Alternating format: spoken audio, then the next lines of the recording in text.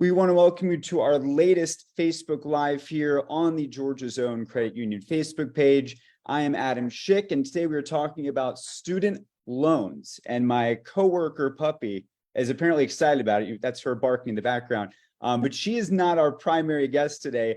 Today we are talking to Denise Burmeister, who is the Director of Strategic Partnerships for Credit Union Student Choice, as they help Georgia Zone with all of their private student loans. And we have a lot of things to cover today. I'm going to be asking Denise a lot of questions. She will also be just throwing some extra information out there that comes to mind for her. But if there's questions you have, they may be specific to your situation or just general things that we haven't talked about. At any point, if you want to get your question heard, please just type into the comments section here on the page, and we will address as many of those as we can. And if you're watching this after the fact, and this is the recorded version, those questions are monitored, those comments are checked out, and the Georgia Zone social media team will respond to those no matter when you write them, whether they're live or whether they're 2 or 3 days from now. So we're here to get your questions answered, and that's what we're going to do starting right now with Denise. So Denise, thank you so much for being here. I guess to start, can you tell us a little bit about your role, about Credit Union Student Choice, and the connection there to Georgia Zone? Yes, absolutely. Thank you, Adam. So Credit Union Student Choice was founded back in 2008. It was a group of credit unions that got together and said, we think there is a real need in the marketplace for credit unions to be in the student loan space. And so they created Student Choice as a credit union service organization. And since then, we've been partnering with credit unions all across the United States to make student loans available to credit union members. So they have the option to work with their credit union versus other organizations that have traditionally been in the student loan space. So we were born out of the need to serve credit union members.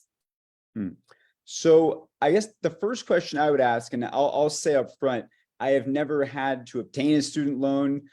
So I could be asking some very dumb questions, but hopefully they lead to smart answers. But let's say right now I'm about to start school. I need to get a student loan. Where do I even begin? Where does that process start? Well, the first thing you want to do as you consider a student loan is do your absolute best to avoid getting a student loan. So the first step in the process is to connect with the financial aid office at the university that you're planning to attend, or universities that you're considering. You're first going to want to do the free application for federal student aid. Even if you think, we're not going to qualify for anything, that's still an important step, because that oftentimes gets you into consideration for state or institutional grants and scholarships. So you absolutely want to maximize the amount of, quote unquote, free money that you can get. Grants, scholarships. If your university has tuition discounting, you're going to be able to get into those programs via the financial aid office. So absolutely start at the financial aid office. They're going to have a wealth of information on their website that you can use to really reduce the amount that you're going to have to take in student loans. Unlike you, unfortunately, for most families, over 85%, Wow. There is going to have to be a student loan to help finance higher education for that student. So, trying to get as much free and low-cost aid as possible is first. Then when you do decide that you're going to need to get a student loan, we really promote what we call a value-based approach. First get that free money. Then we would recommend that you take advantage of the federal direct loan. It's a low-cost loan. It's a fixed interest rate of 5.5%. There's a very small origination fee of just over 1%. So it's really an affordable loan for that student who probably has no credit history. They may or may not have ever had a job. So to get a fixed rate loan at 5.5% is really a good rate. It's a good deal for the student. They have to have completed that free application for federal student aid in order to get that loan. And again, regardless of household income, the student is eligible. What's even better, if when that free application for federal student aid was completed, if they're from a household that has moderate to low means, the government will actually pay the interest on some of that loan for the student the entire time they're in school and for 6 months after they leave school. So it's really an interest-free loan for some students for the duration of their education and for 6 months after they leave school. Even if you don't have financial need in the household and you're responsible for the interest that accrues, again, it's still a low interest rate, so it's beneficial. The real downside to that federal direct loan is, as a traditional freshman student, the maximum loan amount you can get is $5,500. Average cost for a 4-year public school in the US is right at $26,000 a year. Wow. Average cost for a 4-year private is over $50,000 a year. So while it's a great loan, it just doesn't go very far in covering the full cost of annual tuition. And that's where most families start to look for coverage for that gap between what they've gotten in free and the inexpensive direct loan. There's still going to be a gap, some balance that they have to cover.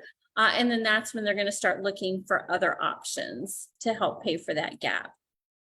I've gone on for quite a bit, so. No. I was going to say, in covering that gap, because as you just noted, it could be, I mean, if we're talking, you can get 5,000, but you have to pay 50. Can that gap be covered by one student loan, or do you have to stack multiple loans in different denominations to reach a number that's that much higher than the federal aid? So once you have that gap amount that you know you're going to have to pay, there are going to be a multitude of ways to cover that. So some families may have saved ahead and have 529 plans, or they may have money set aside that they're going to use to help pay that gap balance. You also can look at using the university's tuition payment plan. Many universities will offer for you to make 10 monthly installments throughout the academic year so that you don't have to take a loan. You could pay as you go through college. There's usually a small fee to sign up for a tuition payment plan. $75 to $100 is average. And then that allows you to pay as you go, and there's no interest charged. So that's another wonderful option. Many families will look at potentially using home equity. So that's an option that we know a lot of families utilize. The vast majority, though, are going to choose between the federal parent loan and a private student loan, such as the one that George's Own offers. So, if you don't have the ability to pay or make monthly installments, you're going to look to either the federal option or a private loan option. The PLUS loan is the parent loan for undergraduate students. It's offered through the Department of Education, and it is made strictly in the name of the parent. So the student doesn't have any responsibility to repay this. It's just the parent. And it does need to be a biological parent, an adoptive parent, sometimes a step parent. So it's a limited scope of people who can get the PLUS loan. It's a 10-year repayment term. The interest rate this year is 8.05%, which, in 2023 isn't terrible. Yeah. But the thing is, it comes with a hefty origination fee of over 4.2%. So if I, as the parent, take out that $10,000 PLUS loan as an example, I'm going to pay $422.80 to get the loan. So it does come with a pretty significant origination fee. So some families will like that option. Others will look to do a private student loan. The difference between the federal loan and the private student loan is that the private student loan is oftentimes, in most cases, as with George's Own product, it's a partnership between the student and a creditworthy co-borrower. The creditworthy co-borrower, 90+% of the time, is a parent. So mom or dad. typically serve as that creditworthy co-borrower, but they're equally responsible for repaying it. So it's a combined effort. And the nice thing about a private student loan is the better the credit worthiness of that co-borrower, the lower the interest rate they receive. So if you've got a great credit rating, you could pay significantly less than you would on the PLUS loan. And most private loans, including the one offered through Georgia's Own, has no origination fee. So you're saving yourself that upfront cost by using a private education loan. The other thing that's really significantly different about the Georgia's Own private student loan is that it is a line of credit. So traditionally with student lending, you have to apply as a freshman, and then you go through the whole process all over again as a sophomore. Oh, wow. And you restart again as a junior. So it's a lot of, annual, loan origination. It's a bit of an ordeal, very honestly. Sounds like it. The nice thing about Georgia's Own is you can open a line of credit. You do that the first year or whenever that student is starting college. And then in the subsequent years, you simply request a draw. So you have the peace of mind of knowing, hey, this line of credit is out there ready and available. And all I need to do is request a draw when they start the sophomore, junior, senior year. So it offers that peace of mind and that flexibility that you don't get with the traditional student loans. So a lot of families like that. One of the other unique pieces for Georgia's Own is that they also offer a co-borrower release. So I said it's a partnership between that student and their parent. Once that student has left school, they've been in repayment for at least 4 years, so they've made 48 payments.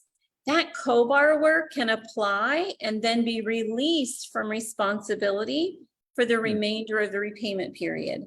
So as long as the student can afford the debt and they qualify on their own, then the co-borrower's name is taken off. And from that point forward, it's simply the student's responsibility to repay.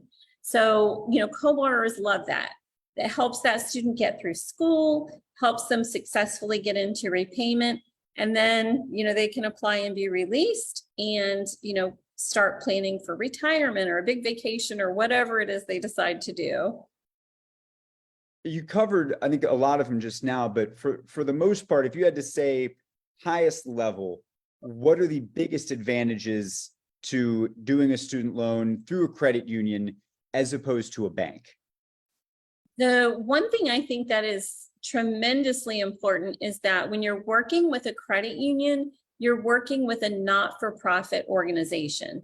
So they're really looking out for their membership, and they're trying to make a loan that's the most affordable for that member. And they oftentimes, if you struggle, will have a little more flexibility. If you do encounter any difficulties, working with your credit union is ideal. And it's really lovely to be able to go to your local Georgia's Own if you needed to talk to somebody or get information. That I think is one of the biggest advantages, just that different mindset of being a not-for-profit organization. So, and I want to remind everyone, if you're watching this right now and you weren't with us at the start, we were talking to Denise Burmeister. She's the Director of Strategic Partnerships for Credit Union Student Choice. We were talking all things student loans today. If you have any questions that come up during the course of our conversation, just type them right down there in the comments section and we will address those either live or after the fact. Student loans are something, Denise, that I don't know a lot about from personal experience, but I think anybody who watches the news has heard constantly about student loans and specifically student debt. In the last year or so, it's been a huge topic of conversation, especially coming out of Washington. You hear crazy numbers when people talk about some of their student loan debt. And these just suffocating amounts of debt that some people have. I guess there's not a good amount of debt to have, but what is a normal amount of student debt to have that you would consider manageable and sensible for someone who's trying to repay, but not be in a position where, they can't pay for other essentials at the same time? Yeah, that's a great question. I think there are a couple of things. First thing I would want to tell everybody is the average indebtedness for a student that leaves college in the US is right at $33,000. So we hear a lot of extreme numbers in the media of people who owe significantly more. The vast majority of those people are graduate and professional students. So Okay. those people with significant amounts of debt are oftentimes those best prepared to pay those higher amounts. So don't be alarmed that you're going to have such debt that you're going to be overburdened. I think that's one of the misperceptions about student loans. Obviously, one of the things you can do to mitigate the amount of debt you owe is to, if you can, pay the interest on your student loans while you're in school. So the majority of people, almost 99%, select not to make payments on their student loans for the entirety of their education and for the 6 months after they leave 99%. school. Wow. So that means that interest that's being accrued, unless you have a subsidized direct loan that we talked about earlier, that means that interest is accruing. And then at the time you enter repayment, all of that interest that accrued gets added to your balance. Oof. So if you're able to afford to make interest payments while you're in school, or if you're able to make full principal and interest payments while you're in school, that significantly reduces the amount of overall interest that you're going to pay on the student loan. So if you can swing it, I highly recommend paying those interest payments because it does mean that when you graduate school, you're only owing that original principal balance. You don't have all of that interest getting added on. And then you're going to pay interest on the interest that was just Right. added to your balance. So that can make a significant difference if you're able to make those interest payments. When you think about your future career field, really research what your starting salary is going to be. Your student loan payment, you don't want to be more than 10% of your gross income. So if you know that the starting salary for your intended profession out of college is $50,000 a year, then you don't want your student loan payment to be more than $500 a month. So you want that to kind of stay in that 10% range so that you're able to afford the other things and have a little bit of, spending money for non-essentials as well. That's a great, rule of thumb to try and stick to. Are there tools, resources? I'm thinking about, loan calculators that you see a lot when it comes to mortgages and whatnot. What available tools are there that you would recommend for people trying to work that student debt number into their broader financial picture? Yeah, I would recommend going right to the Georgia's Own website, because you'll find there, you can go to the website, loans, and then student loans. That will take you to the Georgia's Own and Student Choice co-branded site. You'll find a wealth of information on student loans, preparing for college. There are webinars that Georgia's Own has made available as well on this site on how to complete the FAFSA, how to do scholarship searches, what is the best loan for me? For people who've already graduated, should I refinance my loans? So the Georgia's Own website has a tremendous amount of education content that you can go out and utilize. There are recorded webinars. So check it out, because you'll find that there's good information there. It's almost as if in the world of financial aid and student loans, there's too much information. Yeah. Because you seem overwhelmed with the amount of content that's available. And as you said, it's been top of the news for so many years because of the forgiveness plans that it's sometimes overwhelming how much information is out there. But I start with someone reputable and trusted, like your credit union. So one of the things people I think really struggle with, especially young people, when they get out of school, is trying to obtain, whether it's trying to buy a house, whether it's trying to apply for credit cards. It always comes back to this question of my credit and how every piece of this pie affects that credit. For the student loan portion, how is your credit impacted by your student loan, just by having student loans and then also by having student debt after the fact?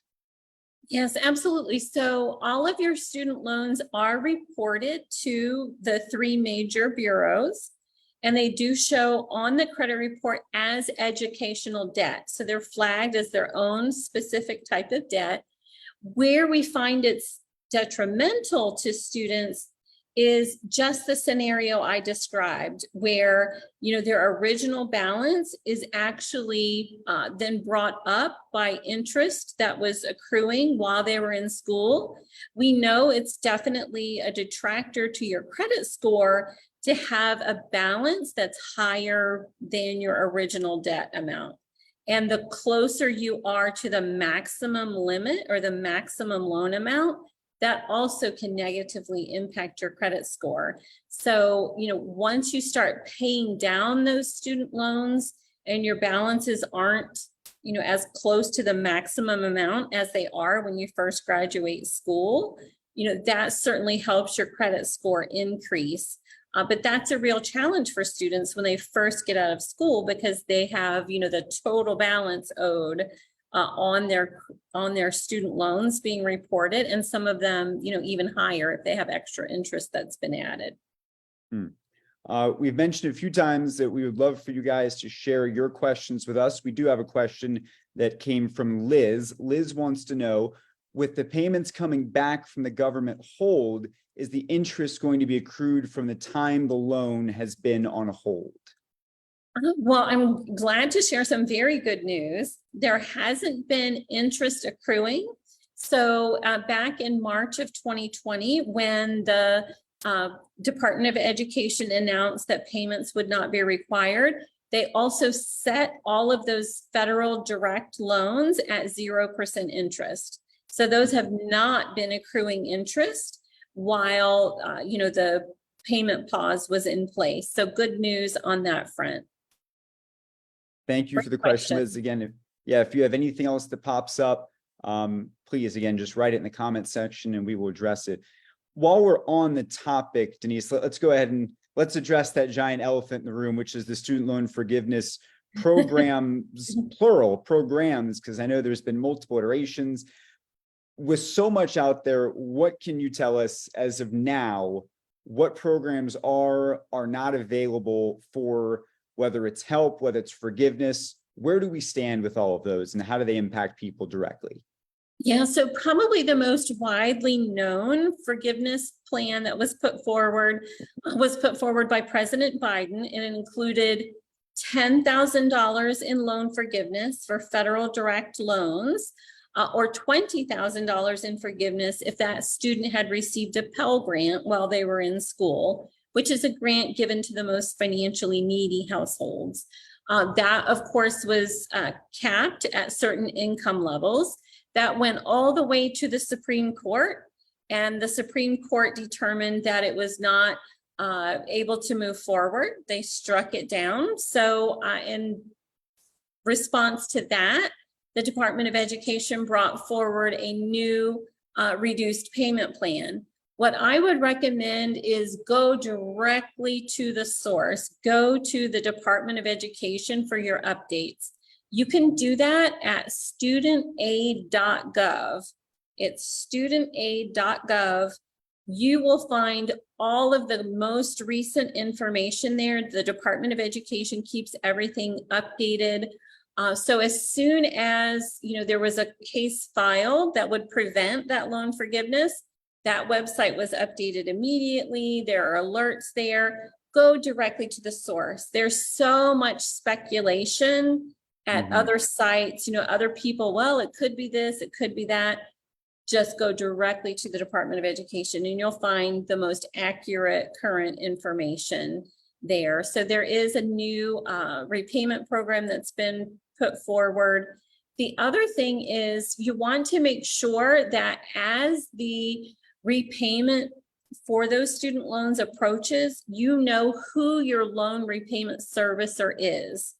So be sure you're checking your mail, checking your email, so that you're ready to start repayment in October when payments are going to start up again. During the time that no payments were being required and during the time that 0% interest was in place, there were about 20 million borrowers who got a new repayment servicer.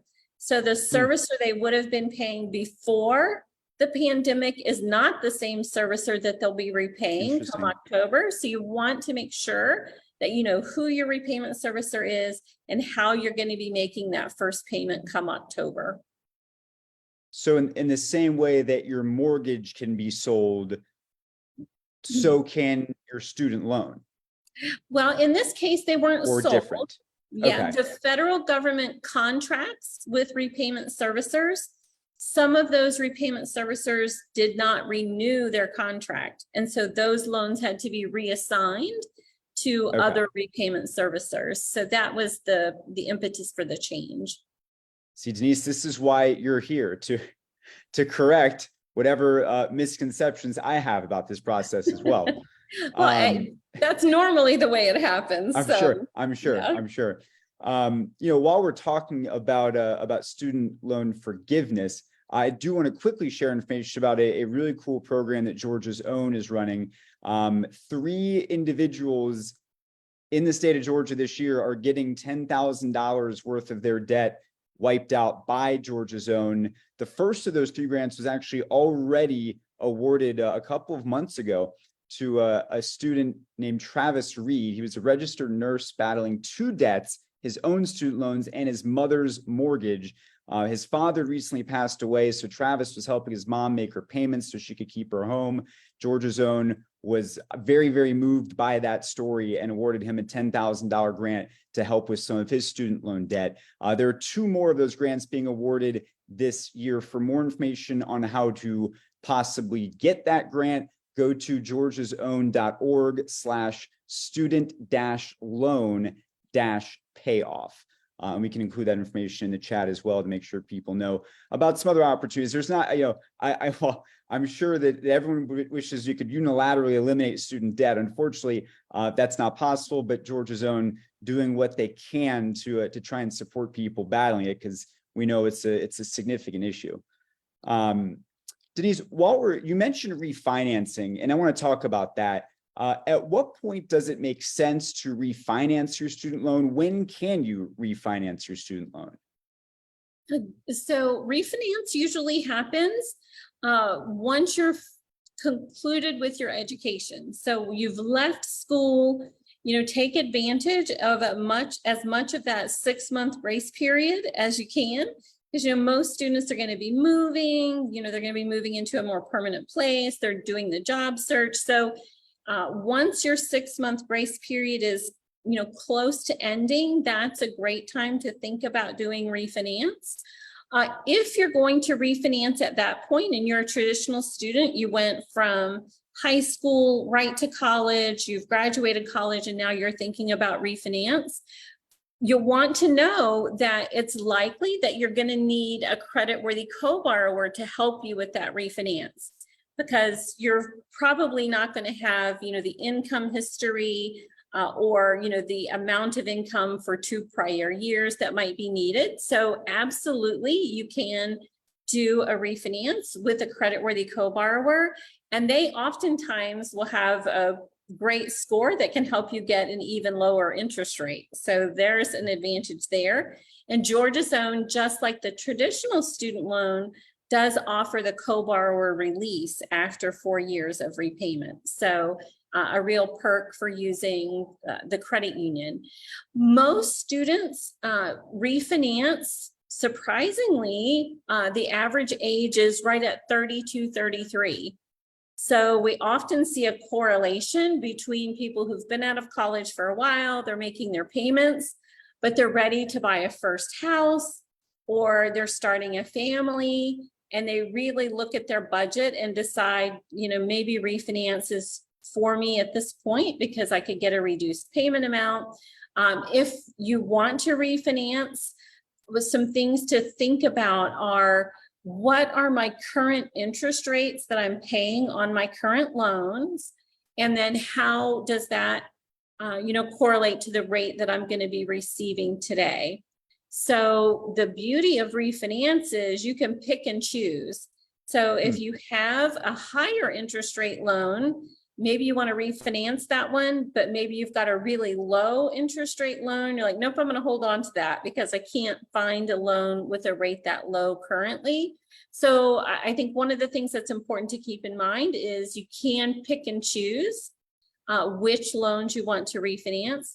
A lot of people will refinance everything just for the simplicity of, I want one payment.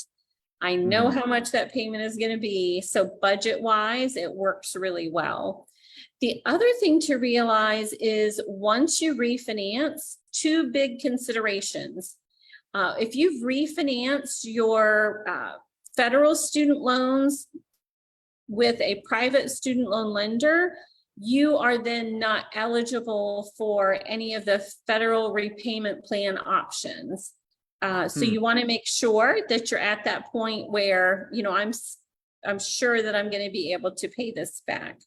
The other thing is, if you were to decide to go back to school later, once you refinance, there's generally not an in-school forbearance for refinance loans. So I got my undergraduate degree, I refinanced, I decided I'm going to go back and get a graduate degree. You would stay in repayment on that refinance loan. So make sure you understand, whether you're done with your education, because if you keep those original loans, you could get an in-school forbearance when you go back to school. The other important consideration is you can refinance your previously refinanced loans. So it isn't a once and done. Refinances on refinances.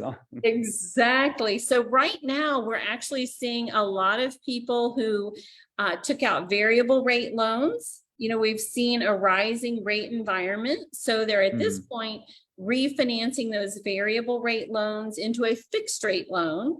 So they're sort of locking in that interest rate. They know what their interest rate is going to be. So you have that, ability to go back and refinance. The federal government doesn't do refinance. They do what's called a consolidation loan. This is only for federal loans. And what they do is they combine your federal loans into one loan. They use a weighted average interest rate. So they look at all of your current rates. Then they round it up to the nearest eighth of a percentage point, and that's what you pay. So you've got the option of doing a consolidation with just federal loans, or you can do a private refinance with federal and or private, previously refinanced, the whole spectrum. And then again, the better your credit quality, the lower the interest rate you pay. I had another question just generally about what you can use student loans for. I'm thinking about when I was in school, would my student loan have paid for me to eat at Subway every day? Because that's all that was really edible where I went to school. What can you use the student loan for? What are the limits of it? Well, it's really been a dramatic shift in what student loans can be used to pay for. So, I've been around forever, since the 90s. I started in the student loan space. And back then, there weren't as many restrictions on what your student loan could be utilized for. And so we saw some things happening that weren't necessarily on the up and up. You don't want to be buying a car with your student loan proceeds. So what's happened, the Department of Education actually defines what can be used with student loan funds, or what those funds could be used for. So that's your traditional tuition and fees, room and board, any expenses you have for your program, housing if you're living off campus. And so the financial aid office actually determines how much you can borrow based on a budget that they create, incorporating all of those expenses. So they actually will have a separate budget. Let's say you and I are going to the same university. We live in the same dorm, you're across the hall from me. So you would think we have exactly the same cost, but that's not true. The financial aid office goes to the extent of adding in additional expenses based on my major, other things that factor in. So for example, I'm an engineering major and I'm required to have a certain laptop and certain software for my major. Let's say you're a zoology major. And so you're required to go on a trip to, a certain region to see whatever it is related to your program. So they're factoring in those exact costs. So down to the penny, they calculate what the semester and academic year should cost for you. But let's say I have my Georgia Zone line of credit. I know that to fill my gap next year, I owe the university $12,000. But I think to myself, boy, wouldn't I like to have a new iPhone? I want to go on a really spectacular spring break trip. So I'm actually going to request $14,000. So that request for $14,000 goes to the financial aid office. The financial aid office looks at me as a student. Denise, she's enrolled, yes, at least half-time for federal financial aid, and for private student loans, you have to be enrolled at least half-time. I do have to be making academic progress regardless of the type of loan I'm getting. So I have to be passing my classes. I haven't dropped too many, withdrawn. And they're only going to certify the loan amount needed to meet my cost of attendance.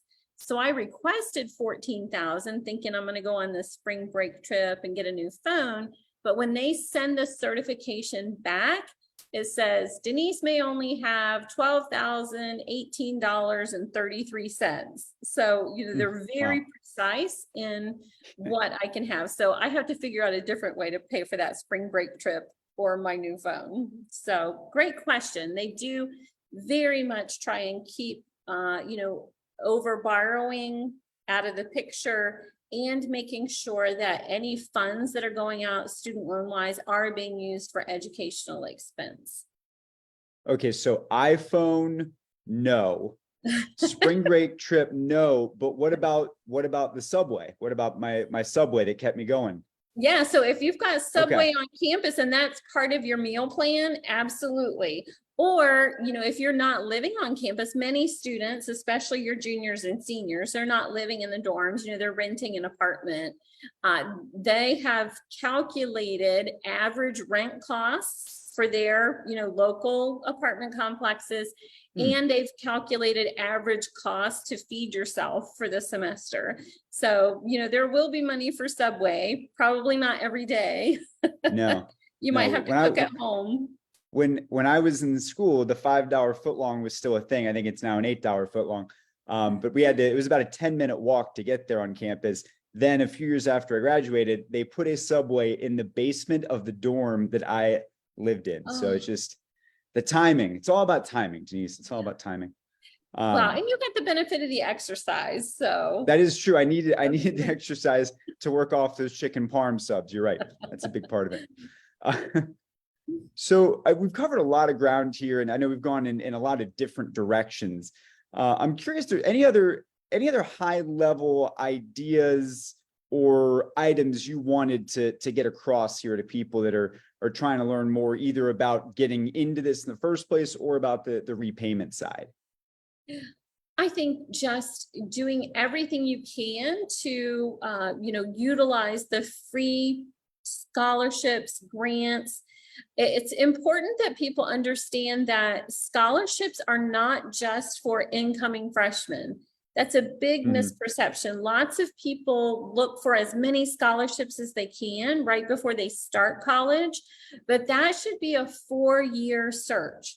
you should be searching each year. There are a lot of scholarships that are only available to students who are in their major. So they have to be a junior, senior status in order to qualify for those scholarships.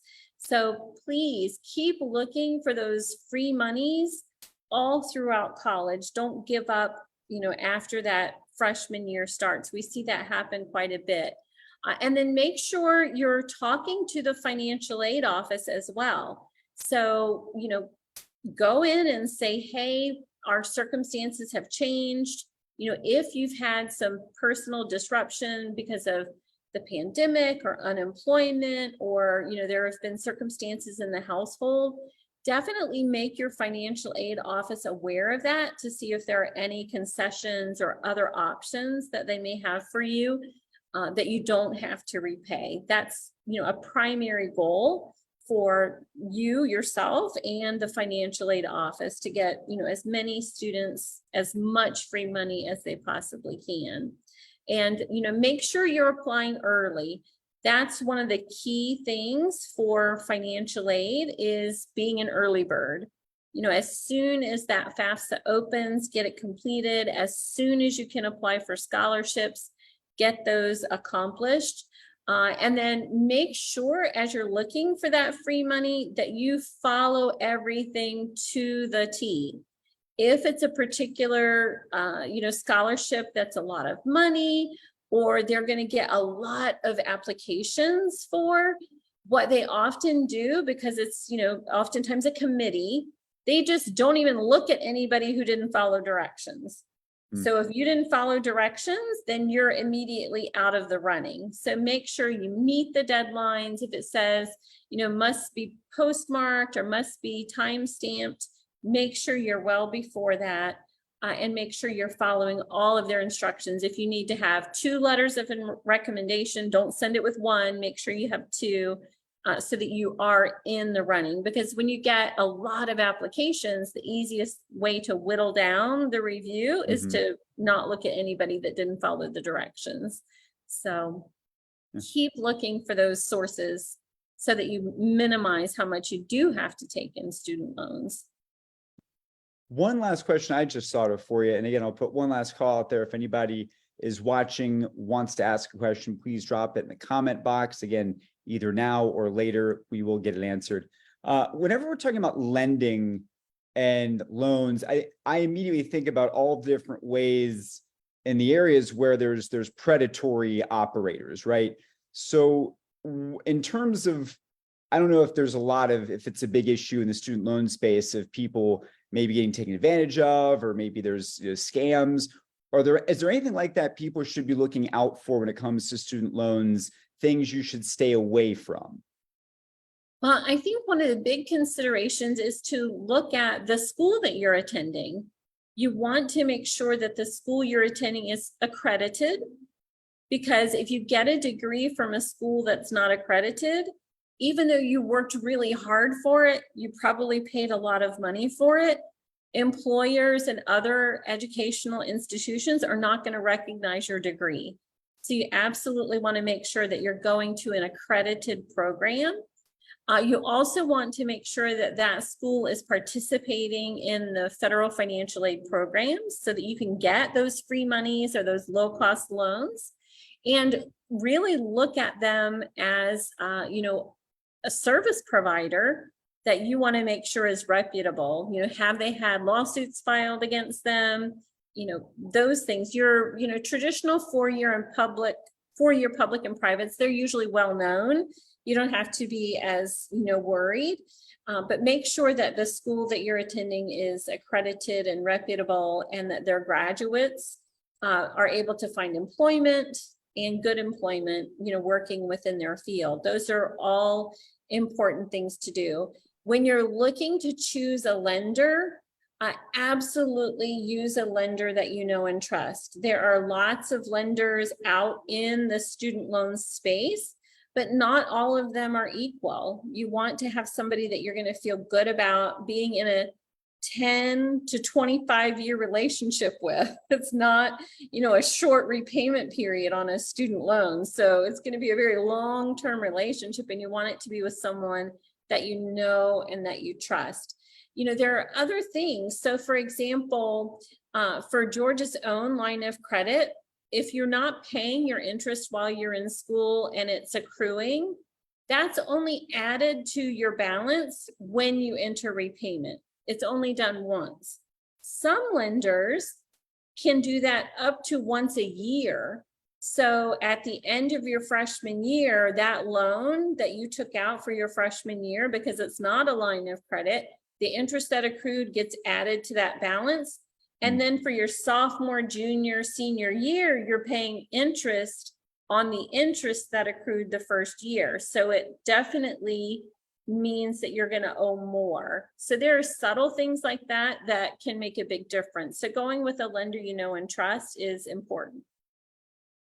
For people that are here on this page, they probably do know and trust Georgia's Own, or maybe they're new and they could become members.